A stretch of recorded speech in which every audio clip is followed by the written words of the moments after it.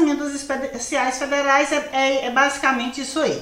As estaduais, gente, não tem muita diferença, porque, né, as estaduais, elas são são executadas conforme a federal, com base basicamente na mesma legislação. Então, no ano passado, saiu uma resolução Segov 753 de 5 de maio de 2020. Essa resolução do Estado de Minas Gerais, essa resolução ela foi publicada no Diário Oficial do Estado, né, na parte do Diário Executivo, no sábado, dia 9 de maio de 2020, na página 3. Essa resolução, se você jogar na internet aí, você acha. Resolução Segov 753 de 5 de maio de 2020. Nela saiu as emendas especiais dos municípios que receberam emendas especiais estaduais o ano passado. Então aí vem falando aqui como que o município deveria executar essas emendas, e no anexo 1 relacionou todos os municípios que receberam emendas especiais do governo do estado do ano passado. Tá? Então aqui fala que autoriza o repasse de recursos financeiros decorrente de programações instituídas na Lei Orçamentária Anual de 2020 por emendas individuais de blocos e de bancadas, de transferências especiais nos termos do artigo 160 e 160A da Constituição do Governo do Estado de Minas Gerais. Aí vem falando que o secretário de Estado do governo, no uso de suas atribuições, né, aquele blá blá blá todo, resolve. Vamos aqui embaixo. Artigo 1º. Autorizar transferência de recursos financeiros decorrente de emendas parlamentares individuais e de blocos incluídas na Lei Orçamentária Anual 2020, LOA 2020, na modalidade de transferências especiais para municípios beneficiários relacionados no anexo 1 dessa resolução. O repasse previsto no caput deste artigo dar-se-á com fulcro no artigo 160, parágrafo 6º, no artigo 160A, parágrafos 1º, 2º, 3º e 5º da Constituição do Estado, considerando a programação orçamentária incluída por emendas parlamentares individuais e de bloco na Lei Orçamentária Anual 2020, LOA 2020, indicada pelo autor da emenda na modalidade de transferência especial para municípios e aprovada pelo órgão ou entidade gestora da emenda nos termos do artigo 43 e 44, inciso 2 da Lei 23.364, de 25 de julho de 2019 e assim por diante. Aí vem aqui embaixo, vamos ver aqui o que é. Parágrafo 2º. A transferência de recursos para municípios beneficiários constante no anexo 1 dessa resolução independe da adimplência deste ente federado, destinatários, nos termos do artigo 60, parágrafo 4º da Constituição do Estado, artigo 47 da Lei 23.364 de 2019, artigo 5º da Resolução Segov, número 743 de 2020. Então aqui também ele dispensou o CAGEC para a transferência dos recursos. No caso do Estado, também é o seguinte, o Estado, ele abre a conta, ele só pediu o número da agência, ele abriu a conta para o município, onde o município recebia as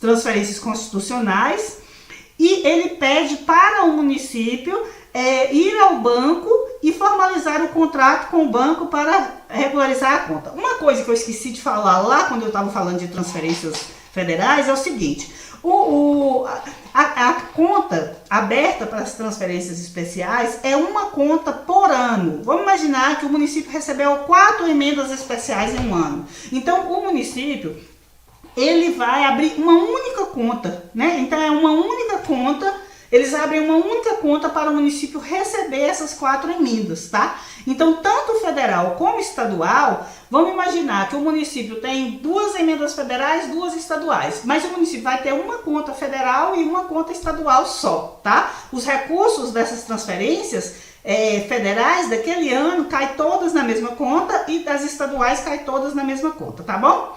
Aí você vai me perguntar assim, Adriane, mas esses recursos, eles podem ser usados para executar, os dois recursos podem ser usados para executar uma mesma obra? Se os dois forem recursos de capital, pode, tá? Vamos imaginar, o recurso caiu duas emendas, uma de 60 e uma de 100. O município quer executar uma obra, ele pode licitar e executar essa obra de 160 mil?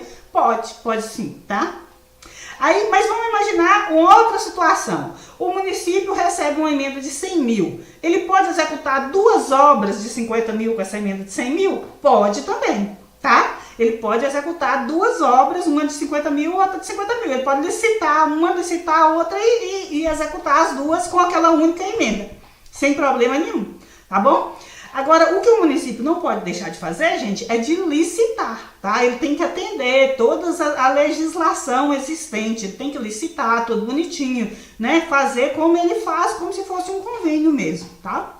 No artigo 2º aqui, dessa resolução, fala o seguinte: os recursos financeiros destinados aos municípios beneficiários dessa resolução totalizam um montante tal, fala o valor, que é 61 milhões, né?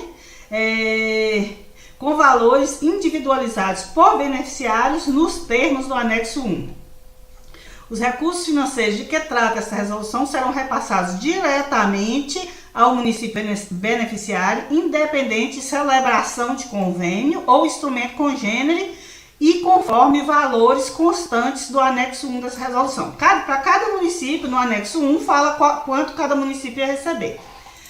Aqui, parágrafo 1º do artigo 3º. A abertura da conta bancária específica para fins de recebimento de recursos de transferência especial será providenciada pela administração pública do Poder Executivo Estadual, quem abriu foi o Estado, junto ao Banco do Brasil, na mesma agência bancária em que o município recebe recursos provenientes de transferências constitucionais.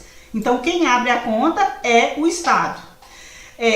Parágrafo 2º. Será aberta uma única conta por município beneficiário, independente do número de indicações de emendas parlamentares recebidas e do autor da emenda. Então, pode ser 2 autores, 3 emendas, mas será uma conta só, tá? A abertura da conta bancária específica prevista no parágrafo 1º deste artigo será comunicada ao autor da emenda. Então, eles comunicam a abertura da conta ao deputado, autor da emenda, tá? E quem comunica ao município é o deputado, tá bom? Que será responsável por dar ciência ao município beneficiário para a adoção de providências para ativação da conta com vistas a possibilitar o recebimento do recurso. Então, a secretaria, o órgão lá, abre a conta, informa o deputado, o gabinete do deputado informa o município vai ao banco e regulariza a conta, porque o município precisa ir no banco, né, e regularizar essa conta para recebimento dos recursos. Aí vem aqui embaixo: compete ao município beneficiário providenciar a formalização do contrato de prestação de serviço com o banco. Então, é regularização da conta junto ao banco. No artigo 4º, os recursos transferidos na modalidade de transferência especial passarão a pertencer ao município beneficiário no ato da efetiva transferência financeira e deverão ser utilizados observando os parâmetros estabelecidos no artigo 160-A da Constituição do Estado. Parágrafo 1º. Os recursos transferidos na forma do CAPT não integrarão a receita do município beneficiário para fins de repartição e para cálculo dos limites das despesas com o pessoal ativo e inativo e do endividamento do ente federado beneficiário. Então, essas despesas, essas receitas, elas não entram no cálculo do município para fins de cálculo de Fundeb, elas não entram para fins de cálculo da receita corrente líquida, e elas não entram também para fins de cálculo de despesa com o pessoal. Então, essas é como se fosse, um recurso OGU, né, um recurso que vem para o município. OGU é um recurso a fundo perdido que vem para o município para ele executar uma benfeitoria dentro do município, tá?